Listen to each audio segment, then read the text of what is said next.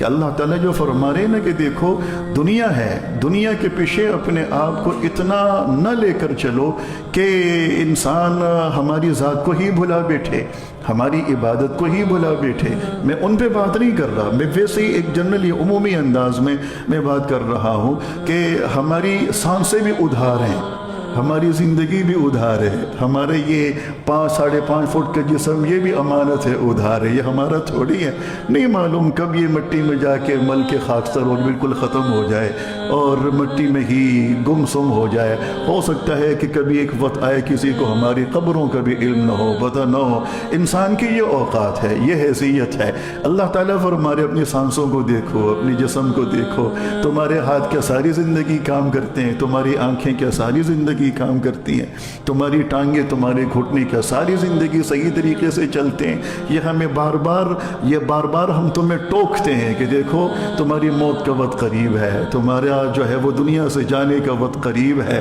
ہم یہ کئی طرح کے واقعات تمہیں اشارتاً بتاتے ہیں، تمہارے سامنے لاتے ہیں کہ تاکہ تمہاری آنکھیں کھولیں، تمہیں بیدار ہونے کا موقع ملے۔ فرمایا کہ یہ اس لیے ہوتا ہے کہ تاکہ تم ہمارے پاس ہی آؤ، ہمیشہ ہمیں یاد رکھو، ایمان کامل کے ساتھ دنیا سے جاؤ، پوری نمازوں کے ساتھ دنیا سے جاؤ، پوری تلاوتوں کے ساتھ دنیا سے جاؤ، ساری زکاتوں، روزوں اور حجوں کے ساتھ دنیا سے جاؤ۔ یعنی ایسا نہ ہو کہ کل کو ہم جائیں تو بچے جو ہے وہ آ کر مسئلے پوچھیں کہ امام صاحب ابا جان کے اوپر حج فرض تھا لیکن حج کی یا نہیں تھا، اب ہمارے لیے کیا حکم ہے؟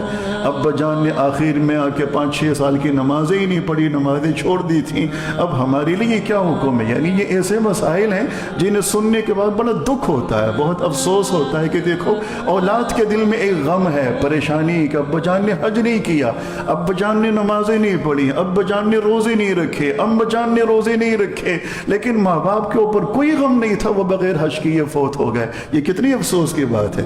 کتنا مال کما لیں گے؟ مال کمانا کوئی جرم نہیں ہے، لیکن خدا کو بھلا کر مال کمانا یہ تو جرم ہے نا۔ مال کمانا کوئی جرم تھوڑی ہے، کاروبار کرنا کوئی جرم نہیں، بڑے بڑے مکان نہیں، محلات آپ بنائیے، کوئی جرم تھوڑی ہے، لیکن ان محلات کی آڑ میں، اس کاروبار کی آڑ میں حج کو چھوڑ دینا جرم ہے، نماز کو چھوڑ دینا جرم ہے، والدین کی اطاعت کو چھوڑ دینا جرم ہے، اللہ تعالیٰ کی یاد کو بھلا دینا جرم ہے، مسجد کے قریب سے گزر جانا لیکن نماز کا احساس دل میں پیدا نہ ہونا جرم ہے۔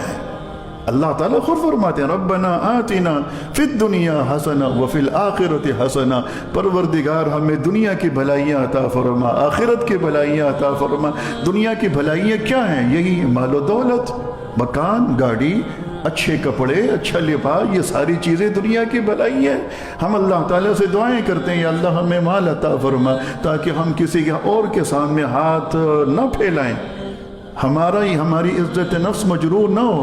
اللہ تعالیٰ ہماری ضرورت پوری فرما دیتا ہے، ہم اس کے لیے تگ و دو کرتے ہیں، کوشش کرتے ہیں، محنت کرتے ہیں۔ اللہ تعالیٰ کو ان چیزوں سے کوئی شکوہ نہیں ہے، کوئی شکایت نہیں، کوئی گلہ نہیں۔ کسی انسان، کسی بندے سے اس نے آج تک یہ نہیں فرمایا کہ مال کیوں کما رہے ہو، لیکن جب انسان اس کو بھلا دیتا ہے، اس کی نمازوں کو، اس کے احکامات کو بالکل نظر انداز کر دیتا ہے، پھر وہ شکوے شکایتیں بھی کرتا ہے، پھر وہ مصیبتیں بھی ڈال دیتا ہے، آزمائشوں میں مبتلا کر دیتا ہے۔